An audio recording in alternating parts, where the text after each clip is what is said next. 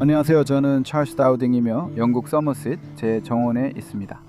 지금 제가 경작하고 있는 곳은 3분의 1 에이커 규모의 무경운 유기농 정원입니다.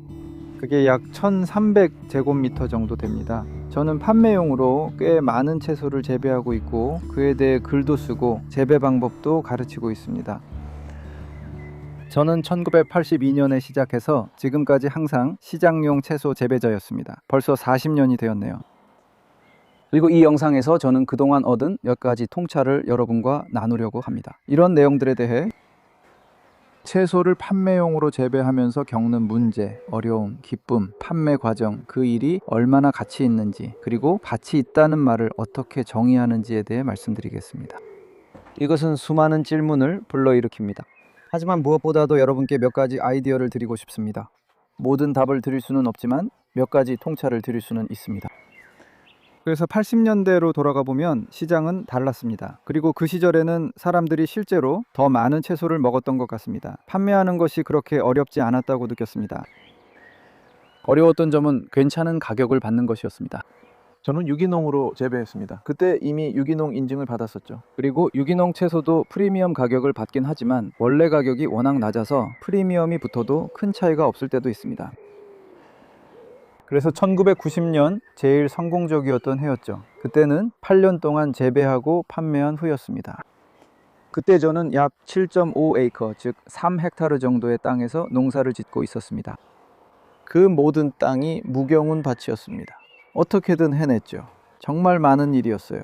그리고 그 해의 매출을 오늘날 기준으로 환산하면 대략 2배 정도가 되어 10만 5천 파운드, 약 13만 달러였습니다. 그게 총 매출이었죠. 그리고 거기서 주로 인건비가 비용으로 나가십니다. 항상 가장 큰 비용은 기본적으로 시간이에요. 이 부분에서 무경운 농법이 여러모로 정말 도움이 될 수 있습니다. 또한 틈새 시장 판매, 즉 고부가가치 채소를 파는 일도 하게 됩니다. 하지만 투자한 시간이 큰 요소입니다. 그리고 다른 비용들도 있습니다. 그리고 제 수익은 오늘날 기준으로 보면 시간당 약 15파운드 정도의 임금을 주는 셈이었습니다. 그리고 그에 따르는 라이프 스타일을 생각하면 나쁘지 않은 수준이었죠. 저는 운이 좋았다고 강조하고 싶습니다. 땅을 상속받아 농장에서 자랐습니다. 바로 이 근처에서 자랐습니다. 그리고 저는 무료로 땅을 사용할 수 있었기 때문에 아시다시피 임대료를 낼 필요가 없었습니다. 일부 고정 비용도 없었죠. 그리고 확실히 더 쉽게 됐습니다. 처음 시작이 항상 어렵진 않으니까요. 이제 정말 규모를 줄였습니다. 수년간 저는 여러 일로 여행을 다녔습니다. 그리고 또 여러 가지 이유로요. 결국 저는 이곳에 정착하게 되었고 작년에 땅을 조금 사서 지금은 거의 2에이커의 땅을 가지고 있습니다. 그게 대략 0.8 헥타르 정도 됩니다.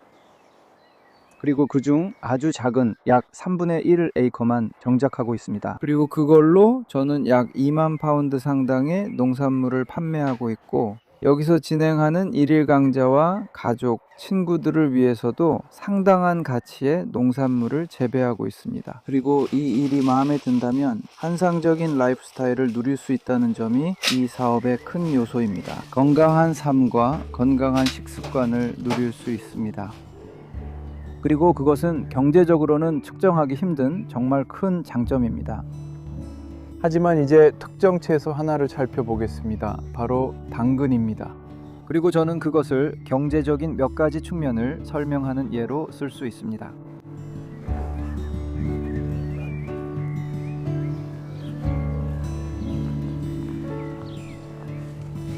저는 여기 두 밭 사이에 있습니다. 채소 3개월 전에 파종한 당근과 3개월 전에 옮겨 심은 상추입니다. 이건 약간 수익이 나는 작물입니다. 이건 수익이 나지 않습니다. 제가 간단히 설명드리겠습니다. 그 부분에 대해서요. 상추는 매주 수확하고 바깥쪽 잎을 계속 제거합니다. 그리고 우리는 이 한 밭에서 이미 7주 동안 그렇게 해왔습니다. 그리고 그것은 잎이 몇 킬로나 나와서 저는 그것을 킬로그램당 약 14, 15파운드에 팔 수 있습니다. 그리고 그것뿐만 아니라 그건 꽤 괜찮은 가격입니다.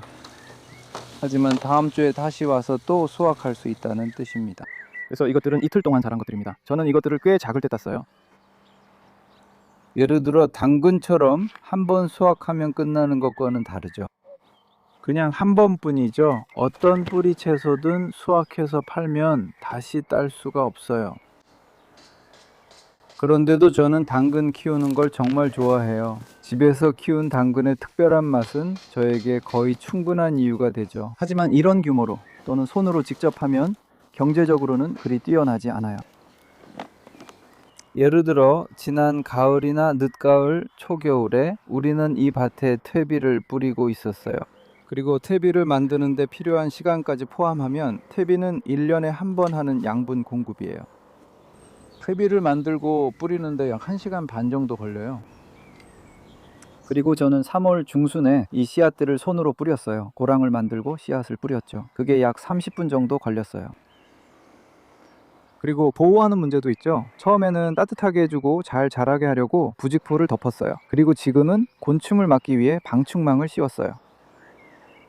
그 모든 걸 관리하는데도 아마 30분 정도 걸렸을 거예요. 그리고 잡초 뽑고 물 주는데도 30분이 추가돼요. 또한 수확 시간은 가장 큰 비용 중 하나입니다. 아마 2시간쯤 걸릴 거예요. 저는 여기서 빠르게 한 번에 수확하지 않거든요. 저희는 선별적으로 수확해왔고 이미 다른 식물이 자라고 있습니다. 이렇게 하면 땅의 가치와 수익을 높일 수 있습니다. 이건 브리셀 스프라우트인데 처음에는 당근 사이에 모종으로 심겨서 자라기 시작해요. 처음에는 당근에 둘러싸여 있어서 거의 보이지도 않죠. 그리고 우리는 계속 주변에서 당근을 뽑습니다. 이렇게 하면 한 번에 다 수확하는 것보다 시간이 더 걸려요. 그리고 여기서 수확하는데 약 2시간이 걸린다고 생각해요. 대략 다 합치면 5시간 정도의 작업이 되는 것 같아요. 그리고 저는 이미 언급했던 시간당 15파운드를 기준선으로 사용할 거예요. 이건 좀 임의적인 수치입니다. 알다시피 이보다 조금 더 될 수도 있고 조금 덜 될 수도 있지만 저는 이게 적당한 평균이라고 생각해요. 그리고 현대 영국에서 시간당 15파운드로 살 수 있을지에 대해서는 많은 사람들은 그렇게 살 수 있죠. 그걸로 생계는 유지할 수 있습니다. 물론 정의에 따라 다릅니다. 비용에 따라 다르지만 주택담보대출이나 높은 임대료가 있으면 시간당 15파운드는 빠듯할 수 있어요. 어쨌든 그 5시간을 잡으면은 시간에 들어가는 비용이 75파운드가 되는 셈이죠. 그리고 킬로그램당 12파운드, 죄송합니다. 킬로그램당 1파운드 20펜스입니다. 제가 좀 앞서 나갔네요. 그리고 여기서 40kg 정도 얻는다고 해봅시다. 그 정도면 좋겠네요. 실제로는 그만큼 안 될 수도 있지만 그렇게 되면 52파운드가 됩니다. 그래서 이미 판매액이 재배에 들어간 시간의 가치보다 이미 낮은 셈입니다. 그리고 만약 땅 임대료 같은 다른 비용까지 고려한다면 그건 포함되지 않은 겁니다. 그냥 일반적인 자본 비용이나 예를 들어 관계 시스템을 설치하는 것 같은 것들도 포함되지 않습니다. 그러니까 그냥 예를 들어 보자면 경제적인 이익이 아주 적을 수 있다는 걸 알 수 있습니다. 하지만 분명히 여러분은 아주 건강한 당근을 직접 먹을 수 있고 그건 재배할 때 고려해야 할 요소입니다. 오늘 아침에 근처 초등학교에서 강연을 했는데 당근 한 다발을 뽑아서 아이들에게 가져가 먹게 했더니 아이들이 그 맛에 감탄했습니다. 많은 아이들이 이런 당근은 처음 먹어보는 것 같아요. 그래서 이런 점이 우리가 당연히 여기면 안 되는 숨겨진 보너스임을 알 수 있습니다. 이제 시야를 넓혀서 최근에 다른 3명의 채소 농부들에게서 들은 피드백을 여러분께 전해드리려고 합니다.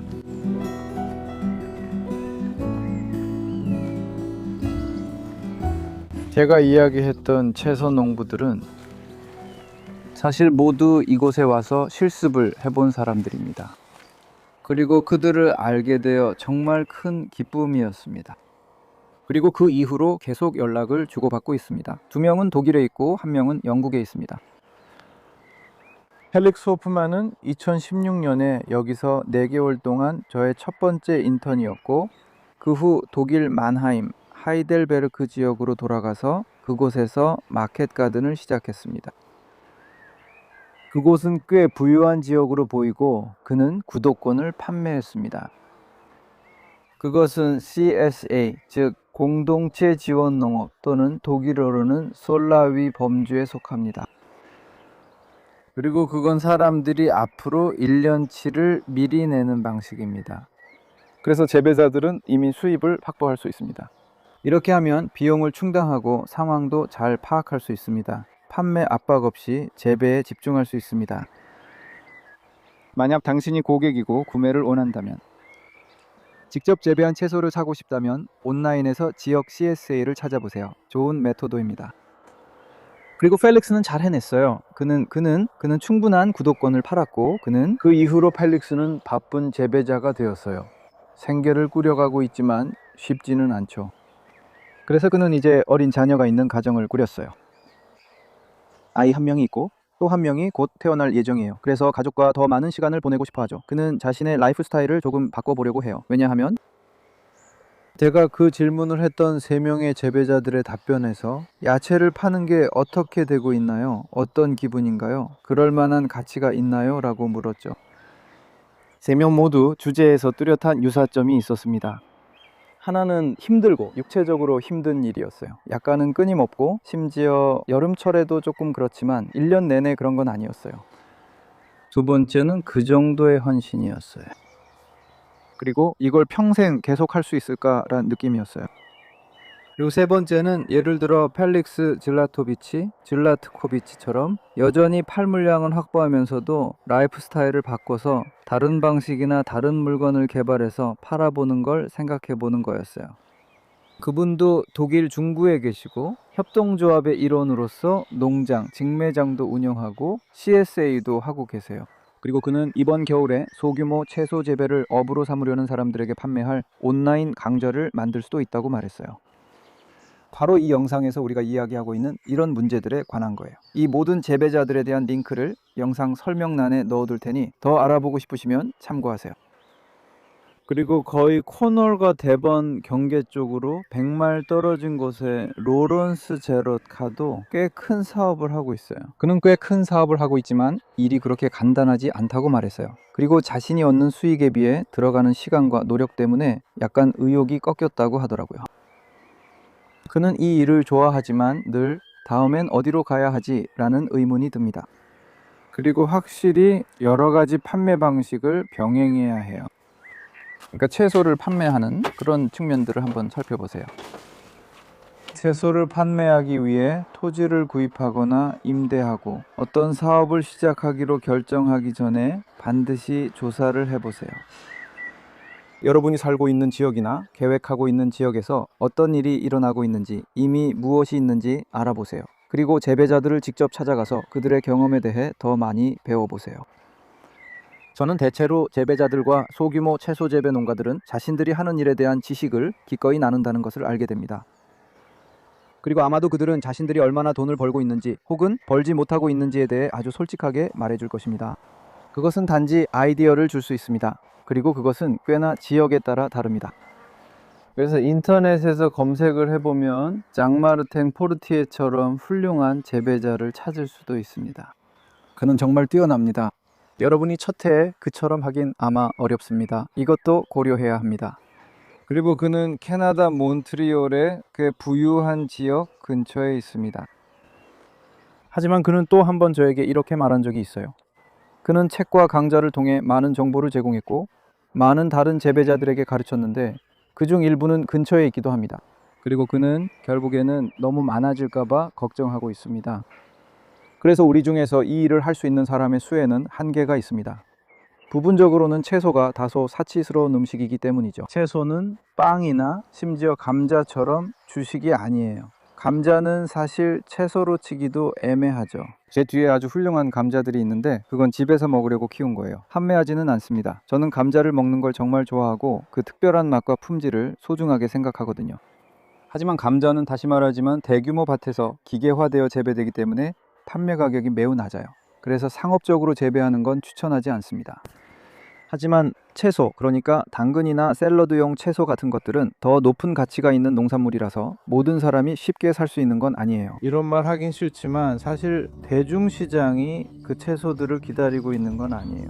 그리고 때로는 꽤 영리한 마케팅이 필요합니다. 저희는 실제로 주말 강좌를 진행하는데 그곳에서 채소 재배의 이런 측면과 함께 특히 무경운 방식으로 어떻게 재배하는지도 다룹니다. 그리고 온라인에도 정보가 정말 많아요. 한번 찾아보시고 그 과정을 즐기세요. 직접 재배도 해보세요. 그게 정말 중요합니다. 흙에 손을 직접 넣어봐야 해요. 어떤 느낌인지 직접 경험해보세요. 이 일이 본인에게 맞는지도 알아보시고요. 이 과정이 재미있었길 바라며 상업적 재배에 대한 간단한 소개가 즐거웠길 바랍니다.